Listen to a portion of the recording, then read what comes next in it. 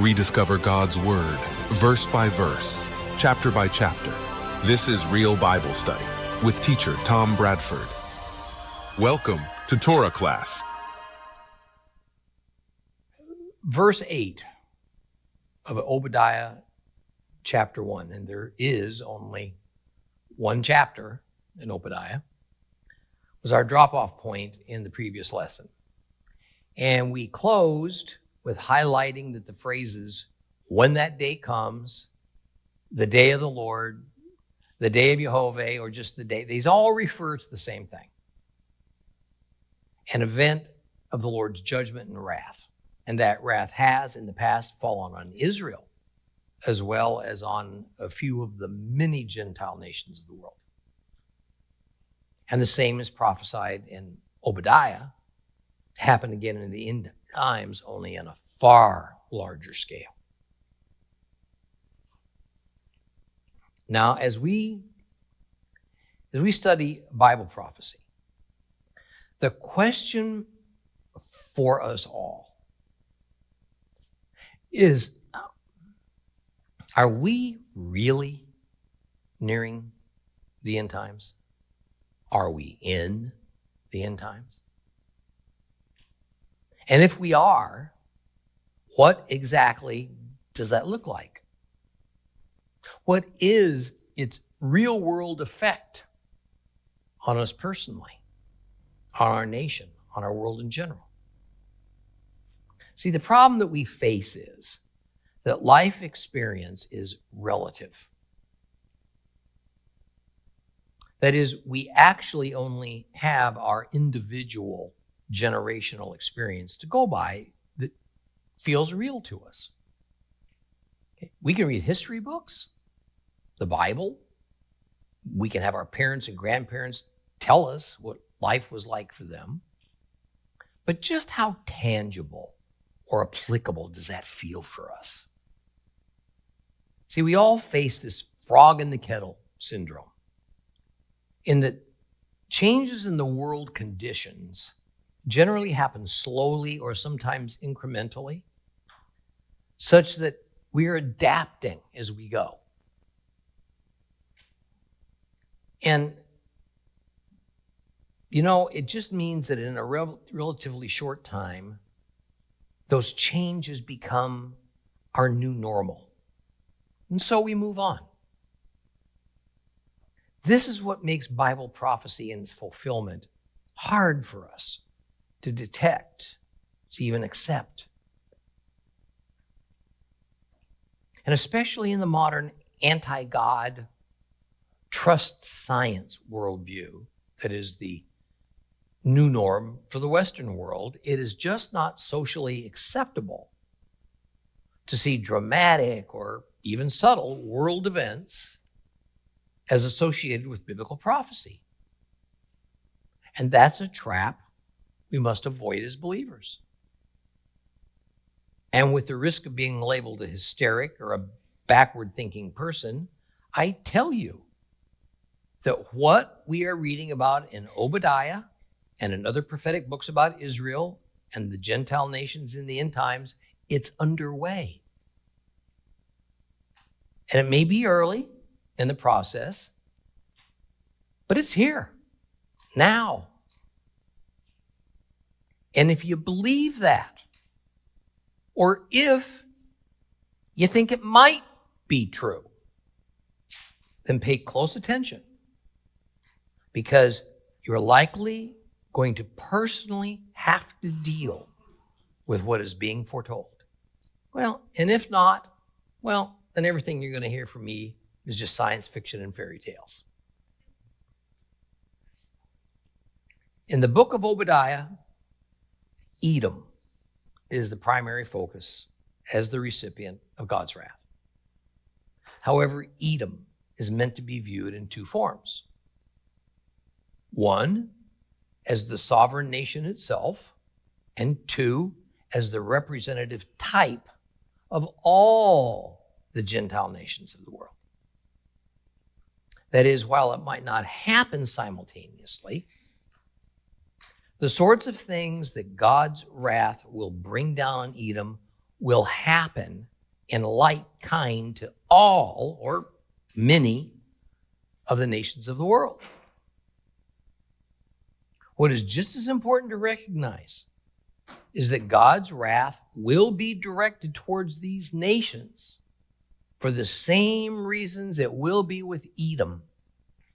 It'll be because of their bad treatment of, their lack of support for Israel.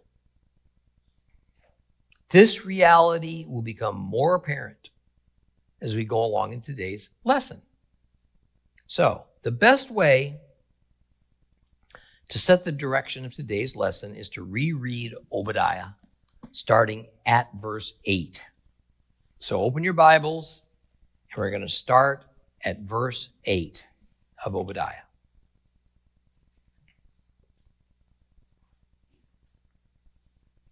Starting at verse 8. When that day comes, says Adonai, won't I destroy all the wise men of Edom and leave no discernment on Mount Esau? Your warriors, Taman, will be so distraught that everyone on Mount Esau will be slaughtered. For the violence done to your kinsman Jacob, shame will cover you, and you will be forever cut off. On that day you stood aside, while strangers carried off his treasure, and foreigners entered his gates to cast lots for Jerusalem. You were no different from them. You shouldn't have gloated over your kinsmen on their day of disaster, or rejoiced over the people of Judah on their day of destruction. You shouldn't have spoken arrogantly on a day of trouble, or entered the gate of my people on their day of calamity. No, you shouldn't have gloated over their suffering on their day of calamity, or laid hands on their treasure on their day of calamity. You shouldn't have stood at the crossroads to cut down their fugitives and handed over their survivors on a day of trouble. For the day of Adonai is near for all nations. As you did, it will be done to you. Your dealings will come back on your own head. For just as you have drunk on my holy mountain, so will all the nations drink in turn. Yes, they will drink and gulp it down and be as if they had never existed. But on Mount Zion, there will be a holy remnant who will escape, and the house of Jacob will repossess their rightful inheritance. The house of Jacob will be a fire, the house of Joseph a flame, setting aflame, consuming the stubble, which is the house of Esau. None of the house of Esau will remain, for Adonai has spoken. Those in the Negev will repossess the mountain of Esau. Those in the Shephelah, the land of the Philistines. They will repossess the field of Ephraim, the field of Shomron. And Benjamin will occupy Gilead. Those from this army of the people of Israel, exiled among the Canaanites, as far away as Sarfat, and the exiles from Jerusalem and Sepharad, will repossess the cities in the Negev. Then the victorious will ascend to Mount Zion to rule over Mount Esau, but the kingship will belong to Adonai.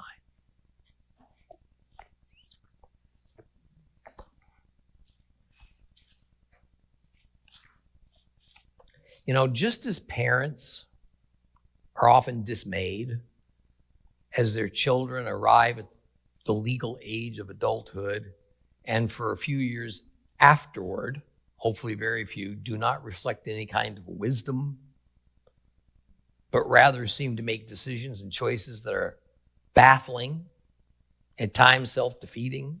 So according to verse 8, it's going to be for Edom. The term wise men of Edom, that means their leadership, religious, governmental, academic.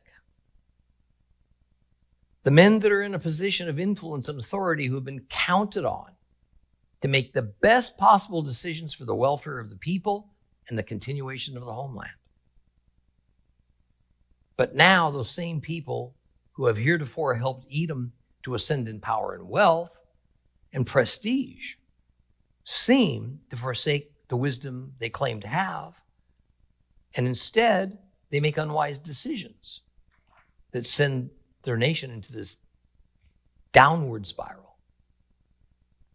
Now, the concept being spoken of here is that the unwise decisions of Edom's leading men include policies of bad, oppressive treatment of Israel, or simply a lack of support when other nations might oppress or attack Israel. Now, nothing I've just said is difficult to understand. What is harder, however, is to move this beyond an ethereal concept without form to a clear mental picture of just what that could look like in practice. Verses 12 through 14 helps to draw that clear mental picture by God telling Edom what they must not do as regards Israel. And we're going to get into more of those kinds of details shortly. I mentioned in our introduction to Obadiah that this book is very complex, both in its message and in its construction. The first 18 verses are mostly Hebrew poetry. So we have to be looking more to the thought pattern being presented than to the exact literal meaning. That is, Obadiah is quite difficult from a technical standpoint to interpret. So there is little choice than to examine the sentence structures, the choice of words from a biblical Hebrew grammar approach, combined with how certain words and thoughts are used in Hebrew poetry versus how those same words are used in normal rhetoric in order to extract proper meaning. So I apologize in advance for the detail in which we're going to look at some of these sentences. But without doing so, we're going to miss much of what Obadiah is telling us. Now, in Obadiah chapter 1, verse 8, Jehovah says that he will destroy the wise from Edom. Now, because of the Hebrew grammar, which technically is combining a personal object with a verb, the notion of destroying the wise means that those wise men, the leadership of Edom, will literally die, thus also indicating their complete removal from the scene. This is versus destruction, more meaning they're just removed from power or their personal reputations are ruined. As a consequence of these men's deaths, Edom will find itself a rudderless ship. A rudderless ship wanders aimlessly and is also easily overtaken. Now, one of the reasons that the subject of wisdom is brought up is that in the ancient era, Edom was widely known for its wisdom. Likely this wisdom was of a purely humanistic, secular type that allowed for economic expansion, along with creating a strong military manifested by the political decisions that the leaders made. But according to the prophecy, there will be a reversal of fortune.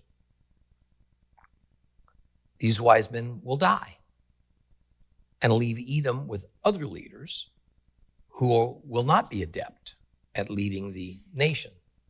This will lead to its weakness and to its downfall. And of course, this is what has happened throughout history to nearly every nation that has ever existed. And it continues to happen that way in modern times. Now, the mention of Mount Esau is more than a parallel term with Edom. Remember, what we are looking at is Hebrew poetry. So this sort of thought pattern structure is regularly used, but it also serves to remind us that Edom's founder is Esau. Esau is not just a founding father, the way the USA might look at George Washington. He is far more than a historic figure or a fact. Biblically speaking, Esau represents all those who are not in covenant with God,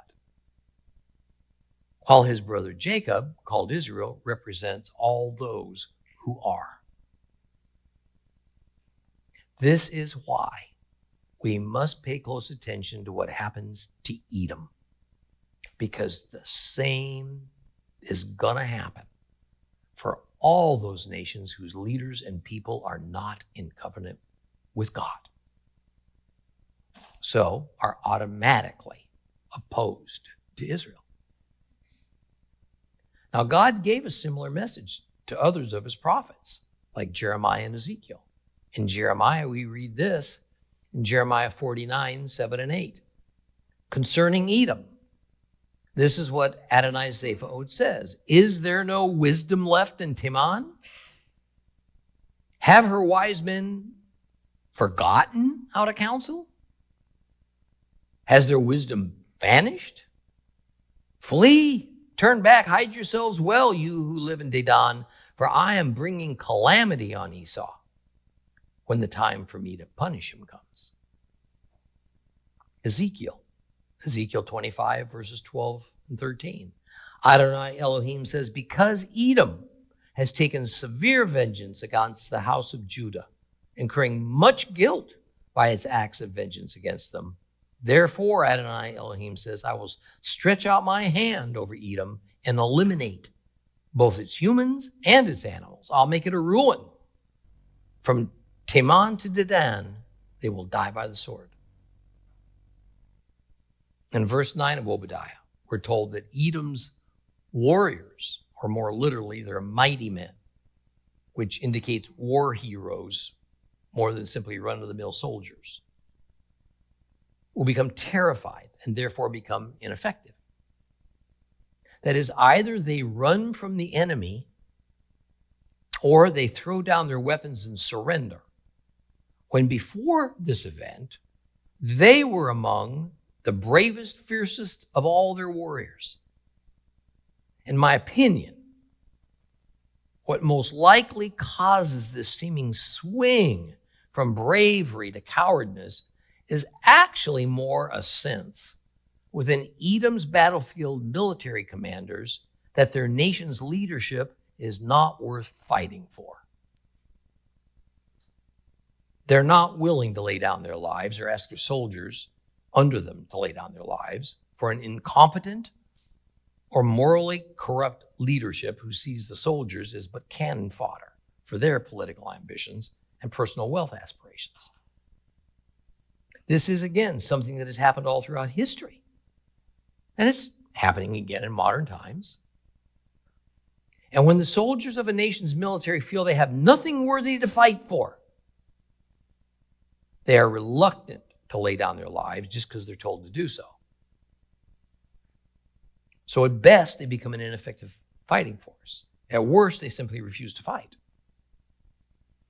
Therefore, the absence of effective military protection results in the enemy slaughtering the nation's leadership. And in this way, wisdom is removed from Edom, and its demise becomes complete. This is what I think these prophetic words are getting at. Now, the mention of Teman is interesting. And for no other reason, there's no academic agreement on what or where it is. Okay, some think it's a city in southern or southeastern Edom. Others think it's the entire southerly region of Edom. Others think it's actually up north in Edom and associated with the known city of Bosra. Now, be that as it may, in the end, what we can be certain of is that the term Teman, and especially when it pairs with the term Bosra, is but another word to indicate all of Edom. So such a multiple use of terms for the same place, well, that's just common in Hebrew poetry. Now, verse 10 explicitly explains just why God is going to intervene in human affairs and cause this slaughter of Edom's leadership and the disbanding of Edom as a nation. It's because of the violence and harm Edom has done against Israel. Very likely, this is much less about any direct armed attack of Edom against Israel. It's quite interesting that as I write this lesson in the early spring of 2024, Israel is in a war for its existence against an Islamic faction called Hamas. In Hebrew, the word for violence is Hamas. And that is the word that's actually used in this verse.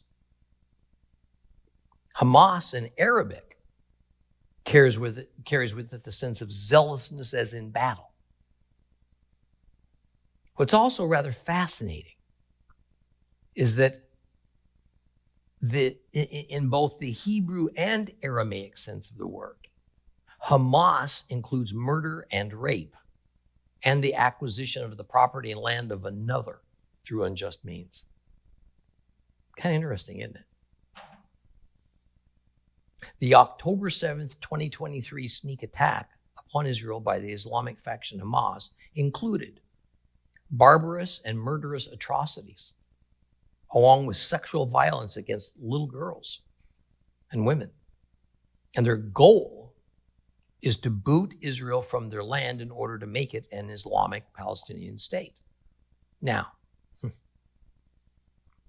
can this mention of Hamas in prophecy be pure coincidence? Can it also be coincidence that we find explicit biblical prophecies saying that Edom, which is Jordan today, is going to bear the brunt of God's wrath because of Hamas against Israel? Or ought we take it as yet another example of prophecy unfolding before our very eyes, even though the bulk of Christianity denies it? What is also interesting is that the Islamic faction called Hamas is not a Jordanian-inspired organization. It's Iranian. And yet Jordan fully supports and it aids Hamas's purposes, intentions, and actions against Israel. And what we coincidentally find in historical reality is that Edom itself is not really associated with too much in the way of direct military confrontation with Israel, but rather they are known more for their cooperation and support for the military actions against Israel that comes from other nations. Perhaps the most infamous of all was when Babylon invaded Israel and led the people into exile early in the 6th century BC, and Edom aided and supported that action. In the next few verses, that scenario is actually discussed in terms of what Edom should not have done. Now, what greatly exacerbates this matter is that Esau is a literal brother to Israel, to Jacob. It's one thing for Edom to aid and abet an unjust attack on some nation at large, but to do it on a brother nation is beyond the pale. At least it is in God's eyes. To do it to the nation that God has made covenant with, well, that's the worst of the worst. God has made a covenant with exactly one people and one nation in all human history: Israel. So when someone determines to stand against Israel, that person or nation has put him or herself or itself against God, because God is the guarantor of that covenant. Now, this is not some ancient myth or protocol that has since become retired.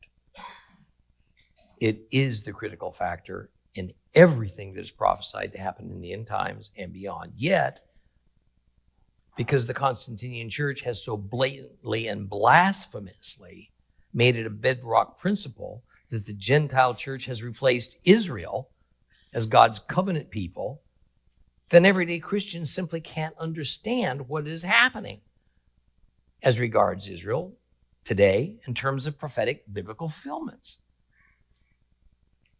If you are hearing this message, then any excuse you might have had as you stand before God that you're innocent because you didn't know, well, that's just evaporated.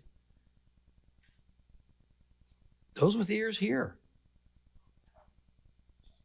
Now, the resulting consequence for Edom will be shame, we're told. Now, listen, shame is not an emotion, like the term ashamed means. Shame is a most negative social status. One does not want to have in a shame and honor-based society. This type of society is the basis of all Islamic-oriented societies, so the whole of the Middle East operates on shame and honor. Shame is the opposite of honor. All people operating in a shame and honor system necessarily must be in a state of honor to function normally within their society. To exist in a state of shame, well, that's intolerable. And so any means to shuck it off and return to a state of honor will be used, even if it results in that person's death. So the prophecy is that all the people of Edom, modern-day Jordan, will be relegated to a social status of shame. A truly terrible thing for them that has nearly no possible remedy. I want to explain something to you about the intense hatred that exists for Israel since its modern rebirth as a nation in 1948 to try to make all this more real to us. See, Islam has a core belief that any piece of land that a Muslim steps foot upon is now Muslim land. Since Muslims lived for centuries, usually as nomads, passing through the general area of modern Israel, then for them, that land is inherently Muslim. That the offspring of Jacob, Israel, now dwells there as a nation, well, this causes great shame upon all Muslims. And even worse, the several wars of Arab and Persian nations against Israel, all of them resulting in losing, heaps even further shame upon Muslims from their point of view. This is why there exists such seemingly irrational hatred against Israel, and it is why no compromise between Islam and Israel, in which Israel continues as a Jewish state, is possible. You know, one need only hear the chant from mobs all over the world of, from the river to the sea, Palestine shall be free, to grasp the Muslim worldview. The river and the chant's the Jordan, the sea's the Mediterranean. In other words, all of Israel. So even in the chant we've all heard on TV and on social media of mobs demonstrating against Israel, their goal is explicitly being stated for all the world to hear. The sphere of Islam cannot escape their shame. They cannot return to a place of honor until Israel no longer exists. It is the only remedy according to the protocols of a shame and honor society. And according to the doctrines of Islam, there is no option B. There is no possible political compromise. Well, the final words of verse 10 say, Edom will be cut off forever. This has never yet happened in history. So this means that the incidences in the past of Edom supporting Israel's enemies, as with the Babylonian invasion, have not been terminal, like the one that will happen in the end times. The final incidents of Edom, of Jordan, coming against Israel will result in them no longer existing, with no hope of ever being reestablished. Here's the thing. Remember that the term Edom is both the name of a specific nation and its people, as well as a representative type of all Gentile nations in general. Since this is an end times prophecy, it means that God's wrath against these nations means those nations, as currently constituted, will cease to exist. So the effect being spoken of here will extend far beyond the nation of Jordan, possibly to the shores of every nation of every person hearing me. Now, verse 11 is a little bit odd. It seems a little disjointed.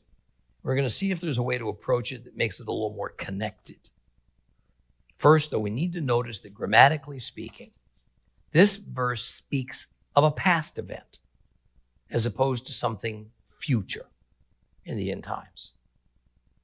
And it is why many Bible scholars think this prophecy was written after the Babylonian conquest of Judah in the early 6th century BC. A few scholars have suggested that for the sake of understanding this better, and again, this is Hebrew poetry, so every word or sentence is presented in its most readable, straightforward way, we can do a rearrangement of the verse's component parts to make it clear. Now, let me say it plainly. No one's suggesting there's a problem with the text itself. It's merely trying to understand the verse's intent as we try to see it through the ancient literary style. So here's what it says in the order as it's given. On that day you stood aside while strangers carried off his treasure and foreigners entered his gates to cast lots for Jerusalem. You were no different from them. Now, a way that works better for modern English-speaking Westerners is this. On that day you stood aside while foreigners entered his gates. And on that day when strangers carried off his treasure and cast lots for Jerusalem. Now, this works much better if for no other reason it puts the actions in proper order. I mean, obviously the foreign invaders have to enter the city gates before they can carry off the property located from inside the city walls.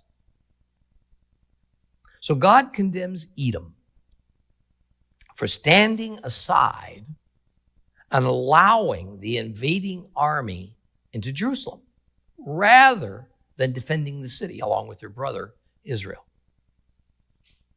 They act as a hostile witness to what is happening, or they're completely unconcerned about it. It is of note that the prophecy stresses the idea of foreigners or strangers attacking Jerusalem. See, when we think of family relationships, foreigners and strangers are those who are outside of the family dynamic.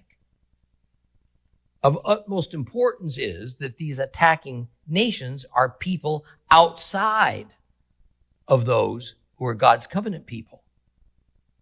In his commentary on Obadiah, Paul Raby says that the context of the word foreigners or strangers is very much akin to the English word barbarians. So this is a pretty nasty epithet against the Babylonian invaders and their pals, the Edomites. And such a divine viewpoint indicates the idea that Edom is no different than Babylon, even though Edom would argue that they are different. And I can't stress sufficiently a biblical principle that is found throughout the Old Testament. Siding with Israel's enemy makes you Israel's enemy. Siding with Israel's enemy also makes you siding against the God of Israel. There's a movement today, particularly within the West, including America, says it's not anti-Semitic to side with Palestine against Israel. Rather, this is only a personal or a political stance, not a religious stance. That is but a modern invention that attempts to slice that onion far too thin. Humans might try to draw that distinction to offer a difference, but Jehovah does not. Another scenario that is especially prevalent in the evangelical branches of Christianity is a naive determination to take an even-handed approach. that is, support and care about Israel as much as they support and care about Israel's enemies. In fact, it's my opinion that what we see today in the church hovers somewhere between full support for Hamas and the people of Gaza and trying to provide equal support for both sides. Therefore, not taking firm sides is said to be the loving, godly approach for a believer. Well, we see no such choice available in the Old Testament. And then in the New Testament, we read the following about the nature of attempted neutrality or even-handedness in Revelation 3:15 and 16. I know what you're doing. You're neither hot nor cold. How I wish you were one or the other. So because you're lukewarm, neither hot or cold, I'm going to vomit you out of my mouth. See, wow, this runs against the grain. But taking sides is the duty of God worshipers. Being neither hot nor cold, neutrality, choosing neither good nor evil, acting like Switzerland, this is not an option for believers. We're to stand with God's covenant people and nation without reservation. That doesn't mean we have to agree with their every political decision. But as in the case of this current Gaza-Israel war, it certainly wasn't started by Israel. They were attacked. Now they're fighting back. But the world, and many within the Christian sphere, is throwing its support against Israel and for the Palestinians. Now, this is going to have long-lasting consequences of the most negative kind for those foolish enough to think they can have it both ways. Now, the idea of casting lots for Jerusalem is probably not literal, but rather it's said to make a point. See, casting lots was a common way in ancient times to help make a decision. And it was used to decide how to divide up something of value. The problem here is that Jerusalem equals Mount Zion.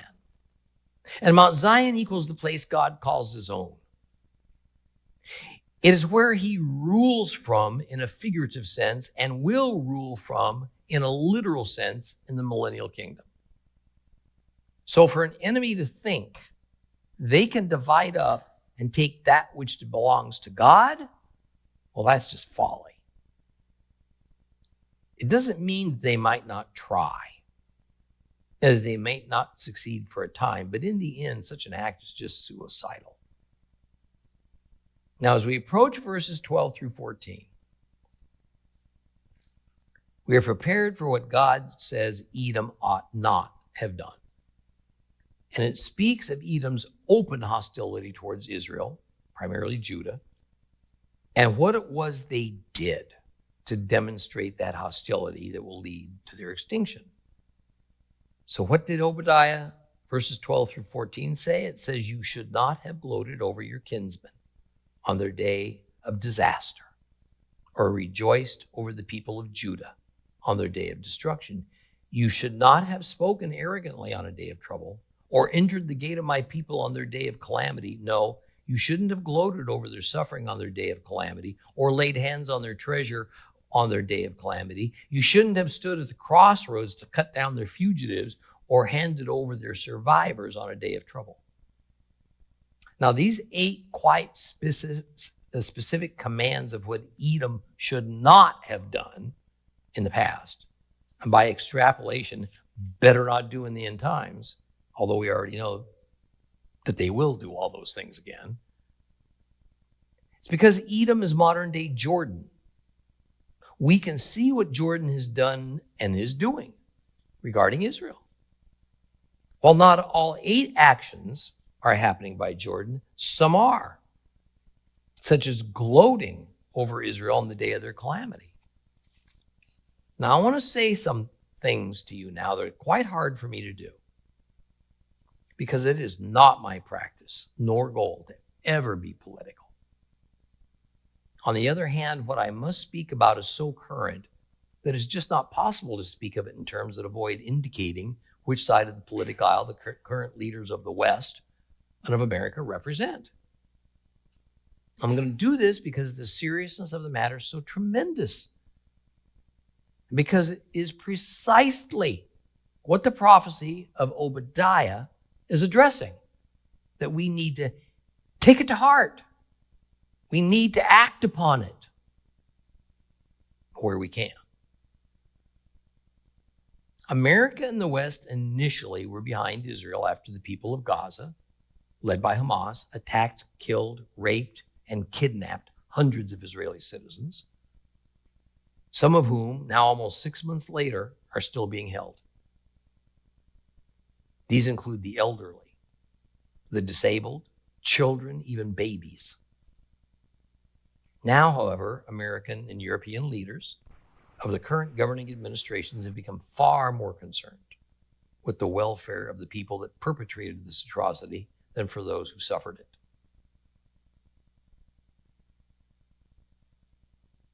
The people that danced in the streets when the Israeli hostages were brought to Gaza, when some of the murdered Israelis were pulled naked through the streets behind vehicles and spit upon, when Hamas's own videos they took of the bloodshed were proudly put out on the internet, well, they're now being depicted as victims.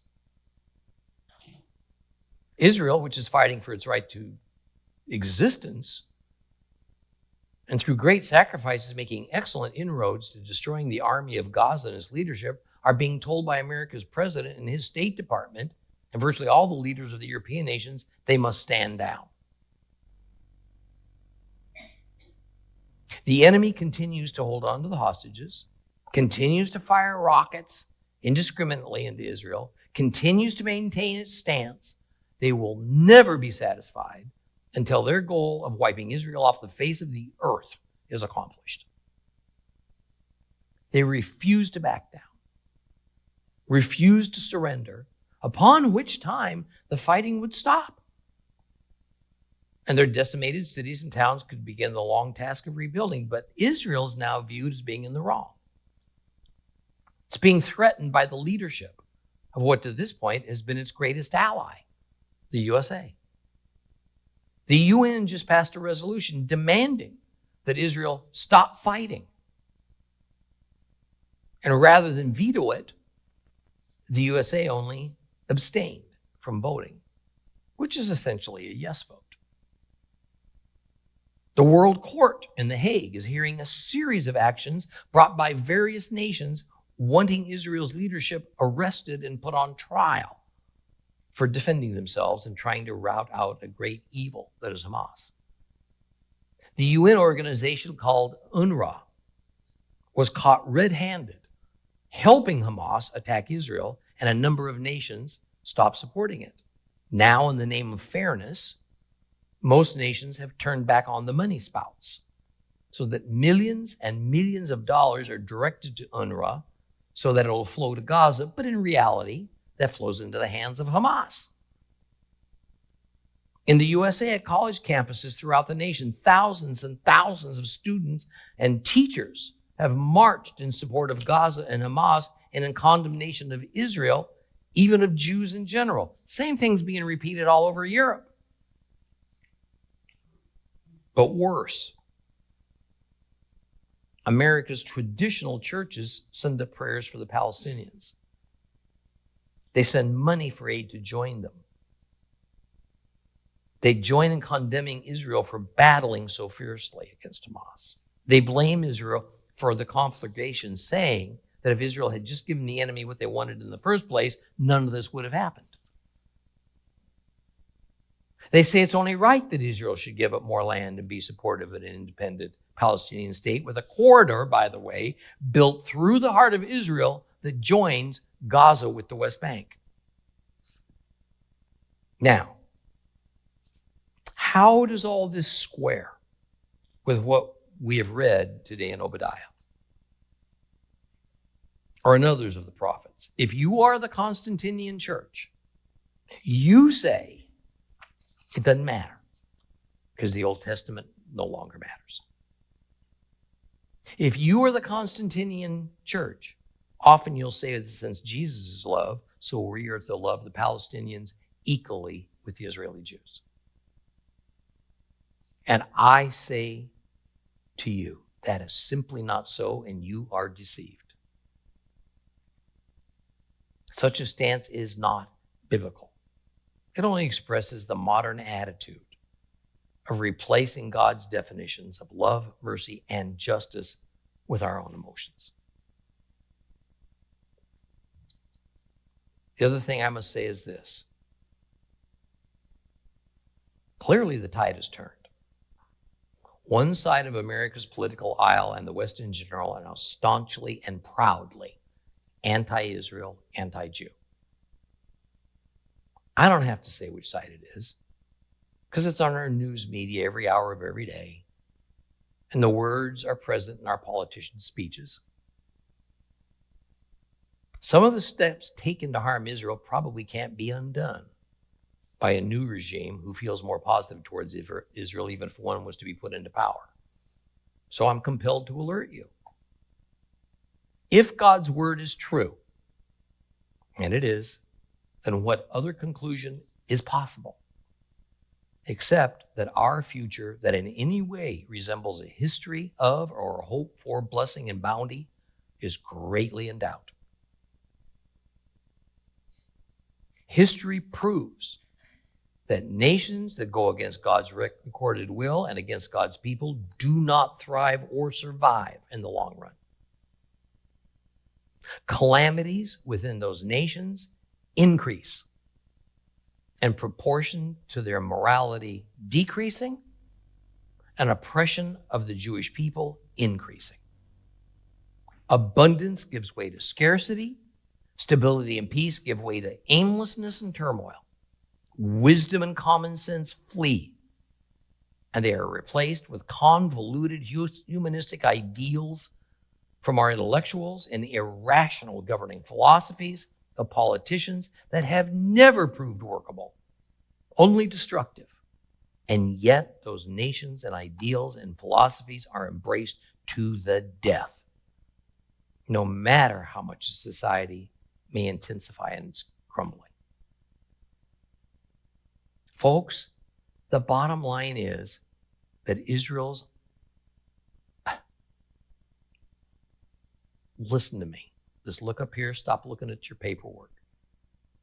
The bottom line is Israel's ongoing existence is assured by God. It's assured. On the flip side, our existence as a nation is not. In fact, our nation's destruction and the destruction of most nations, that's what's assured.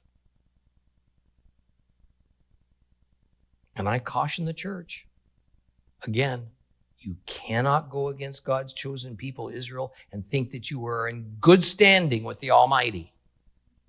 Doesn't work that way. You can't stand with Israel's enemies and be blessed. You can't straddle a fence of your own making that exists between good and evil. You can't blur the distinction between God's covenant people and those who are not.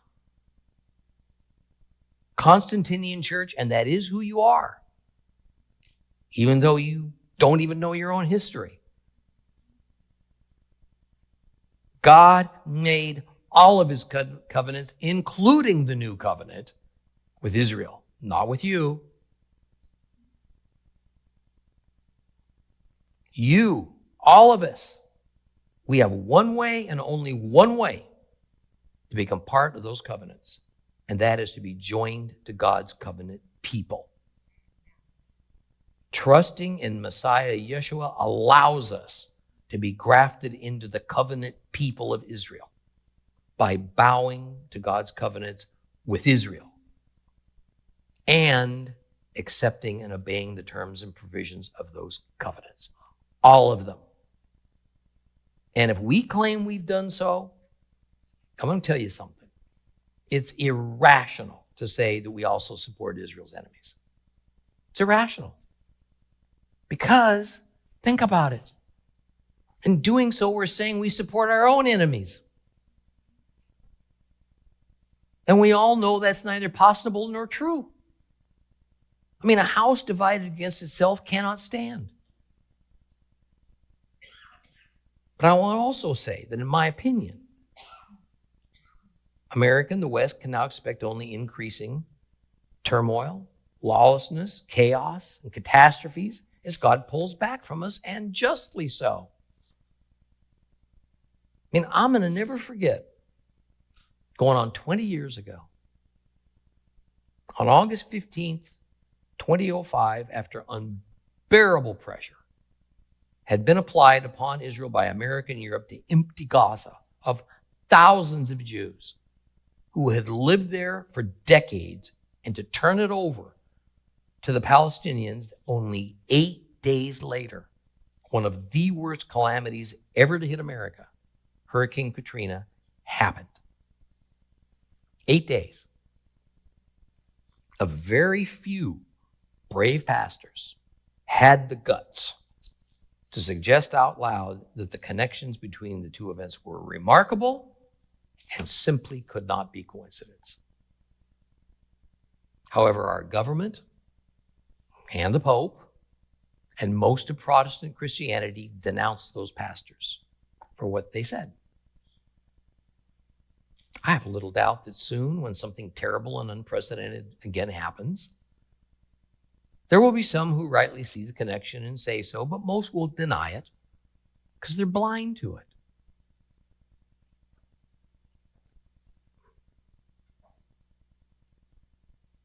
I guess at this point, I think we've crossed over some cosmic line in the sand. I have serious doubts that we're going to be able to do enough repenting to bring God's blessings back upon our nation. I hope I'm wrong. So as I've been urging you for some time now, if you know turmoil and catastrophe are coming your way, what should you do? How about prepare? Prepare your spiritual life. Prepare your pantry. Prepare your finances. Prepare. God's gracious to tell us in advance what's coming, even if the dates and times are provided. And what is he always calling us to do? Prepare. And if we'll only listen and believe, he tells us what triggers his wrath. Obadiah tells us what that trigger is. And I believe the trigger has been pulled. Okay, we'll continue with Obadiah next time. For more teachings of real Bible study and to rediscover God's Word with Tom Bradford, visit Torah Class today on the web, streaming TV, or download the Torah Class mobile app.